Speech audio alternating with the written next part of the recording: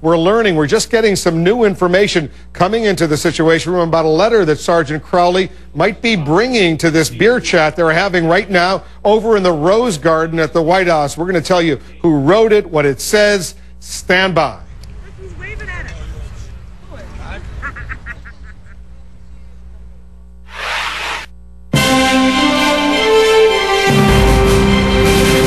Looks like the press pool is now coming back into the briefing room over at the West Wing at the White House with the videotape. We'll get that to you as soon as it's queued up. And in the meantime, I want to go to CNN's Don Lemon because he's been talking to some folks in Cambridge, and you got some new information, Don. Share it with our viewers. Yeah, I have been speaking in contact with the folks in Cambridge since I left there last week, Wolf, and just moments ago I got an email in here, and I wanted to get it on the Situation Room for you. This one is from Sergeant Leon Lashley. He is the black police officer, Cambridge police officer, who was on the scene during that arrest at Professor Gates' home. I believe we have a picture of him at that arrest. Bald guy, African-American.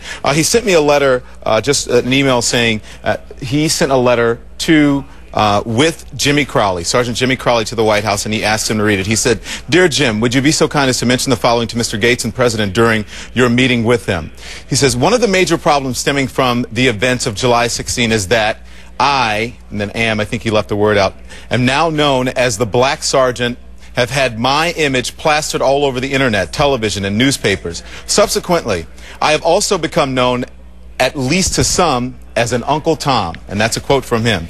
"I am forced to ponder the notion that as a result of speaking the truth and coming to the defense of a friend and colleague who just happens to be white, that I have somehow betrayed my heritage.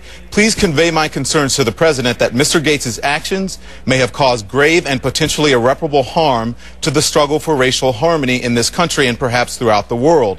In closing, I would simply like to ask that Mr. Gates deeply reflect on the events that have unfolded since July 16 and ask himself the following questions. What can I do to help heal the rift caused by some of my actions? What responsibility do I bear for what occurred on July 16, 2009?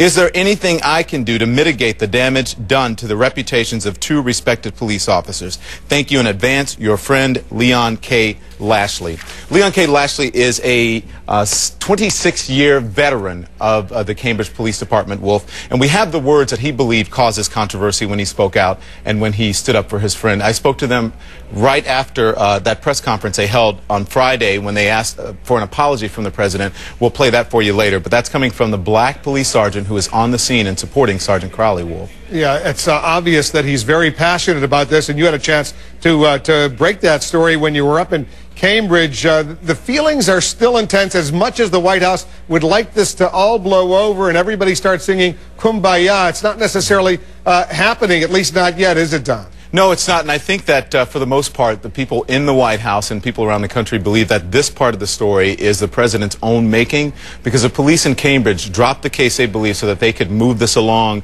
very quickly, address it, and then get it behind them. And they said after the President made his remark that evening at the White House, the acted stupidly remark, they believe that it just brought it to a whole new level. So, yes, that conversation is happening about that, but also in the African-American community, there are reports, you hear it on the radio, where this officer, this sergeant, is portrayed really, quite frankly, as an Uncle Tom, and he is concerned about that, and he wants that to be told to the President because he thinks that African Americans should examine their stance, what they think about race, look at themselves, not only for this situation, but about racial profiling and race in the country in general.